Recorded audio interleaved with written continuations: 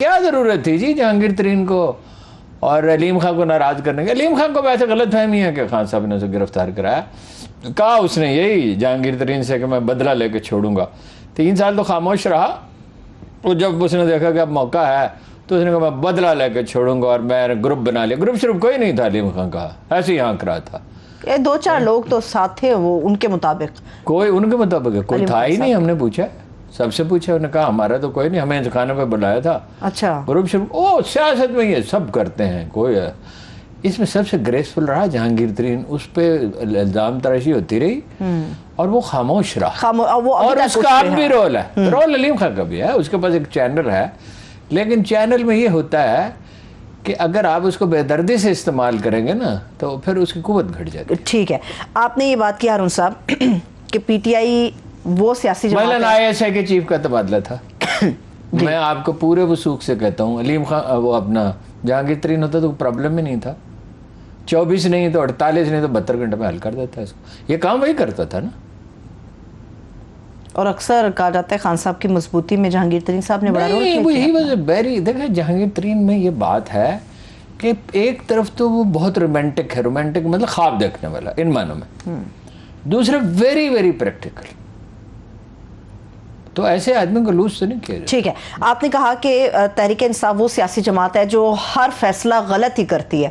जो पंजाब का ज़िमनी इलेक्शन, ये मैंने नहीं कहा, ये आपने आगाज में कहा साहब। नहीं बात गलत फैसले किए हैं। सारे फैसले देखिए ना, सारे फैसले गलत किए होते तो वज़ीर आज़म कैसे बन जाते और 6% शहर तरक्की कैसे हो जाती। 1 मिनट, कोरोना से फाइट कैसे करते हैं और 1 अरब दरख्त कैसे लगा देते हैं जो सारे इंटरनेशनल अदारे मानते हैं। एहसास प्रोग्राम कैसे बनाते हैं, कामयाब पाकिस्तान प्रोग्राम कैसे बनाते हैं, वो नौजवानों के लिए प्रोग्राम के सारी। ठीक है, चलिए उम्मीदवारों के इंतखाब तक रह जाते हैं। उम्मीदवारों का इंतखाब के लिए क्या करेंगे? ये काम नहीं आता। उम्मीदवारों का इंतखाब, ये जो सीरियस एक्सरसाइज है ना, बैठ के यानी मेंटल एक्सरसाइज करना, ये इस पार्टी ने नहीं सीखा भाई। मैंने कितनी दफा कहा इस प्रोग्राम में, ये मैं आपको ट्वीट दिखा देता हूँ। अभी मैंने असद उमर साहब को मुखातब करके किया, ओ भाई साहब इलेक्शन होने वाले हैं, उम्मीदवारों का इंतखाब करो। कब? 1 हफ्ता 10 दिन पहले ट्वीट भी किया ताकि लोग गवाह रहे हैं इसके। वो आप किस काम में लगे हुए हैं? इलेक्शन की तैयारी करें, उसमें इलेक्शन खुद है, उसमें एजिटेशन हो जाता है। फवाद शाह साहब कह रहे थे कि अभी कुछ देर पहले हमारे चैनल के एक प्रोग्राम पे कि हम इरशाद आरम साहब के प्रोग्राम में, कौन सा प्रोग्राम है? इरशाद साहब के प्रोग्राम में तो वो कह चुके हैं कि हमने अपने कैंडिडेट्स फाइनल कर लिए हैं ज़िमनी इलेक्शन के लिए पंजाब के अंदर। कौन उतरेगा? आप ही को इत्तला दे दें फिर। उन्होंने ये तासुर दिया, कहा साफ अल्फाज में नहीं कहा, मैं सुन रहा था। तो फिर आप ही कुछ बता दें। नहीं, वो अपना ज़ैन कुरैशी का तो तय है, क्योंकि वो तो चाहे मतलब उसको जो करना पड़े, वो 7 शर्तें नहीं वो कहानी में होता पूरी करनी पड़े, वो तो अपनी बात बनवा के रहता है। शाह महमूद तो हर कीमत पे 5 ज़िमनी इलेक्शन उसने हराए थे और अक्सर में 2-2, 4-4, 15,000, 20,000 वोट मिले थे। तो ये तो उसने कहा चूंकि मैंने लड़ा था। अब वो सुलेमान नईम जो है वो दांतों तक इनको पसीना आएगा। हाँ, सलमान नहीं। वैसे नून लीग की जो सलाहियत है इलेक्शन जीतने की और जो हरबे वो इस्तेमाल करते हैं, वो इनको तंग बड़ा करेंगे। नईम सुलेमान घुलने मिलने वाला आदमी है सुलेमान नईम, और वो इनको बड़ी मुश्किल में डालेगा। अच्छा। और दूसरा वो था शहजाद अकबर को जिसने वो नज़ीर चौहान साहब की आप बात कर रहे हैं। नज़ीर चौहान साहब को उनका है। इसी तरह कुछ और भी हैं, लेकिन वो फाइनल लिस्ट वो खुद ही दें। इस बात की तस्दीक आप कर रहे हैं कोई हफीजुल्लाह साहब के भाई जो हैं? हाँ, नाम नहीं ज़हन में आ रहा। हफीजुल्लाह साहब के भाई को दे दिया टिकट, उसमें बड़े लोग चेमक वहीं कर रहे हैं, लेकिन बस जाहिर है खान साहब को एतमाद हो गया तो उन्होंने दिया। जीत जाएंगे, वो जीत जाएंगे, जीतने के चांस है उनका।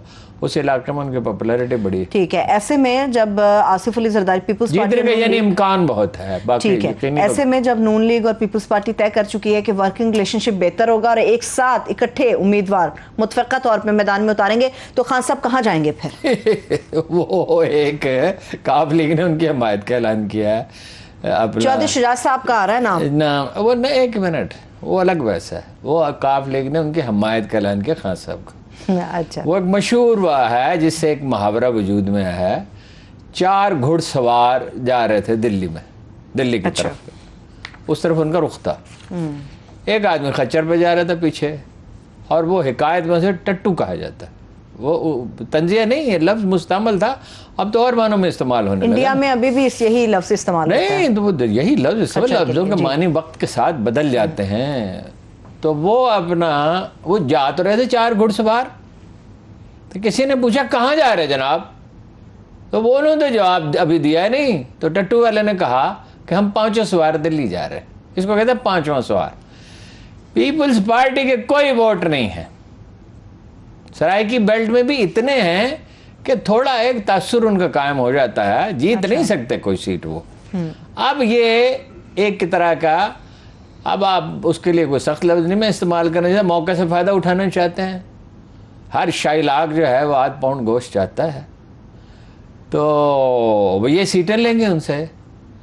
और काफिले वाले मुमकिन है इसलिए कि वो, लेकिन वो काफिले के तो और ही किस्से छिड़ गए भाई, कि वो कह रहे हैं, लोग सर्कल्स कह रहे हैं कि भाई चौधरी शुजात ने बात कर ली है उनसे जी नून लीग से कि इनको स्पीकर रहने दें अगर, तो लेकिन अभी देखें गुज़श्ता रोज़ पूछा मैंने नहीं, इसलिए कि इस तरह की बात बताता कौन है। गुज़श्ता रोज़ इम्पॉर्टेंट मीटिंग भी हुई है हमजा शहबाज के साथ, शाफे जो हैं उनके बेटे सालिक हुसैन और बशीर चीमा साहब जो हैं काफिले से ताल्लुक है। मीटिंग होगी, बस ये है कि भाई उनको तो अहम मामलात कह रहे हैं कि ज़ेरेबार आए थे ज़िमनी इलेक्शन को लेकर।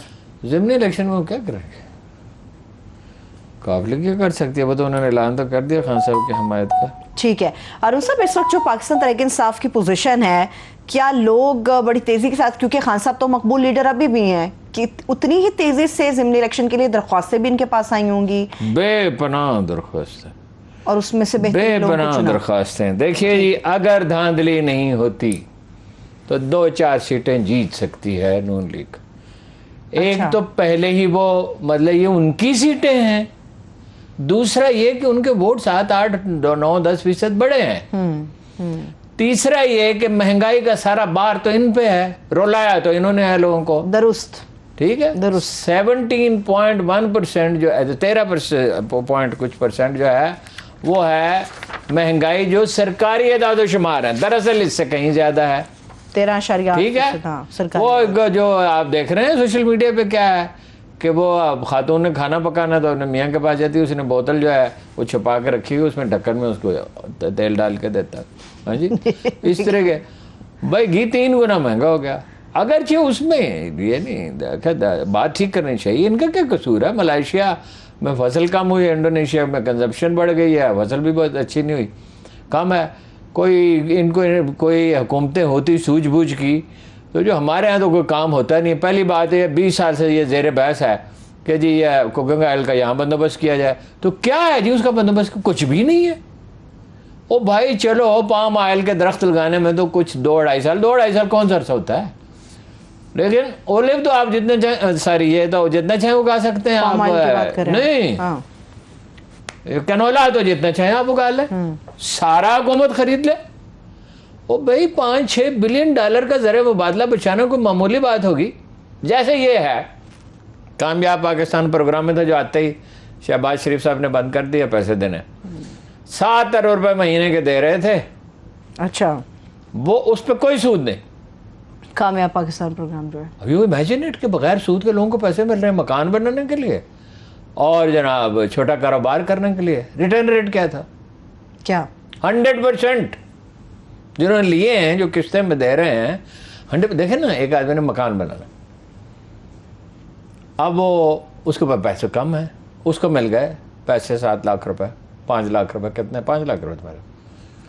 अब वो सादा से मकान जो लोग बनाते हैं देहात में, छोटे इस तरह के महलों में, अब उसको तो मतलब सूद देना ही नहीं है।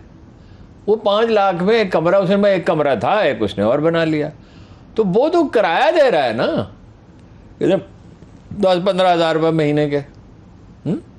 वो तो बना ही सकता था। इसी तरह जिन्होंने छोटे क़ुव्वत, मैं डॉक्टर अमजद साकिब साहब से पूछा, उन्होंने कहा हम तो 2.5 लाख के देते थे। अच्छा, और रिटर्न रेट जो है अब 270 अरब रुपए बेनज़ीर इनकम सपोर्ट प्रोग्राम पर ज़ाया कर रहे हैं, बेकारी पैदा कर रहे हैं, अपाहज पैदा कर रहे हैं। देने तो चाहिए, जरा गरीब आदमी है, मगर जो मुस्तहकीन है नहीं, ना वो अलग बहस है, इसको छोड़ दें। मुस्तहकीन को, पीपल्स पार्टी और नून लीग और मुस्तहकीन को ये तो इसको तो छोड़ ही देना फिलहाल।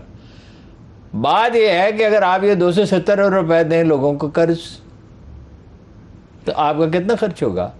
आपने जो 100 अरब रुपए देंगे, 270 अरब है ना, कुछ और भी जा रहे हैं, इमरान खान तो 1200 अरब तक गया सारे मुख्तलिफ प्रोग्राम। 300 अरब रुपए अगर आप दे रहे हैं तो इसमें 5% 6% तकरीबन इंटरेस्ट रेट है, वो हुकूमत पे करेगी, और कोई 7 से 8% इंतज़ामी अखराजात हैं जो प्राइवेट अदारों के ज़रिए, क़ुव्वत के ज़रिए, और भी हैं तंजीमें, लेकिन ज़्यादातर क़ुव्वत के ज़रिए। तो आपने 100 रुपये दिए तो 87 अरब रुपये आपको वापस मिल गए। तो आपने 300 रुपये दिए तो आपने दरअसल 39 अरब रुपये दिए, और इन्फ्लेशन शामिल कर लें, चलो 50 अरब 60 अरब रुपये, 270 की बजाय 70 अरब कर लें, 200 अरब भी बच गए, और लोग कारोबार भी करने लगे। बात ही जनाब ने बंद कर दी, क्योंकि पिछली हुकूमत ने अगर कोई अच्छा काम किया तो उसको तो रोकना बड़ा ज़रूरी है, लोग तो उसको दाद देंगे वरना। सही है, ठीक है, लेकिन हारून साहब ये भी तो इनका पॉइंट अपनी जगह पर मौजूद है कि पैसे मौजूद नहीं है हमारे पास, कहाँ से देंगे, वापसी उनकी कैसे मुमकिन बनाएंगे? अभी तो ये पॉसिबिलिटीज़ में चीज़ शामिल ही नहीं है। सारी सूरत हाल तो मईशत की मिफ्ता साहब सामने रख देते हैं। हाँ जी, वो 40-50 देखिए, जनाब उमर इब्न खत्ताब, एक बच्ची जा रही थी, पहले भी ये वाक़या सुनाया था, लेकिन ये वो बातें हैं जो दोहराते रहने चाहिए। उन्होंने कहा ये बच्ची कौन है? लोगों से पूछा ये बच्ची कौन है? उन्होंने कहा अमीरुल मोमिनीन आपकी पोती है। ज़रा आप अंदाज़ा लगाएं कि पोती को क्यों नहीं पहचान सके? कहत पड़ा था, 5 साल रहा था, घर का राशन अदा कर दिया था, छोटे बच्चों पे भी उसका तलाक किया था, बाई एग्जाम्पल लीड किया जाता है। उसकी तो कोई तरदीद नहीं आई कि 7 करोड़ रुपए स्विमिंग पूल की मरम्मत पे 20-30 लाख रुपए में स्विमिंग पूल बनता है जहां सैकड़ों आदमी नहाते हैं। एक आदमी के नहाने के लिए कितने वो भी सिर्फ 50 करोड़ का होगा तो 7 करोड़ रुपए मरम्मत रेनोवेशन के लिए। क्या किस लिए? आप जाएं, जाती उमरा देख लें, सोने की टूटियां, सोने की टाइलें, जिसने फराहम की उसने मुझे बताया। वो सोना पूरा नहीं होता, उसके ऊपर वो लगाया जाता है, पानी लगाया जाता है, कुछ इसमें पेपर वगैरह का काम होता है।